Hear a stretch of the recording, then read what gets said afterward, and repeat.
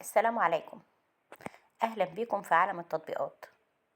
دلوقتي تقدر تشترك في قناتنا وتفعل الجرس عشان يوصلك مننا كل جديد في عالم التطبيقات، ونقدر نوصله لك بشكل سهل وبسيط. النهاردة هنتكلم عن تطبيق اي بلاير اوفلاين فيديو بلاير.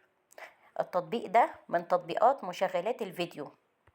التطبيق ده تقييمه على جوجل 4.3، وتقييمه العالي ده بيدل على رضا عملائه عن التطبيق.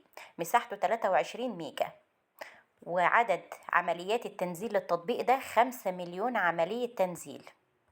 التطبيق ده بيقدر يشغل لك عدد محدود من ملفات الفيديو الخاصة بيك، ويقدر يدعم ملفات الفيديو بدقة HD و 4K، وموجود عليه جميع التنسيقات اللي بتشغل الفيديو تقريبا، زي 4K فيديو والMP4.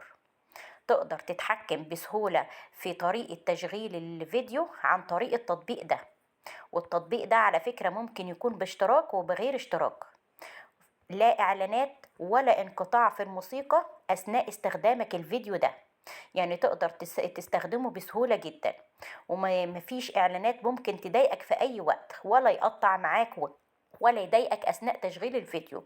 وعلى فكرة انت تقدر تشترك في الفيديو ده في التطبيق ده بحوالي 6 أو 7 دولار في السنة. تقدر قبل عملية الشراء ان انت تعمل حسابك عن طريق جوجل بلاي، وتقدر تجدد الاشتراك بسهولة. ولو انت حبيت توقف الاشتراك بتوقفه، لكن ما بتستردش الفلوس اللي انت دفعتها، وبيتم ايقاف التجديد التلقائي ليه.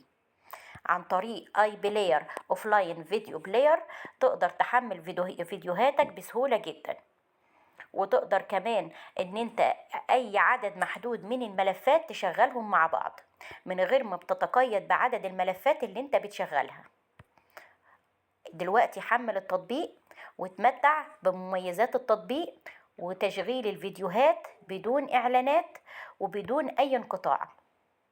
اتمنى اكون وصلت لكم التطبيق بشكل سهل وبسيط، ومنتظرة تعليقاتكم على التطبيق، سواء كانت تعليقات إيجابية أو سلبية.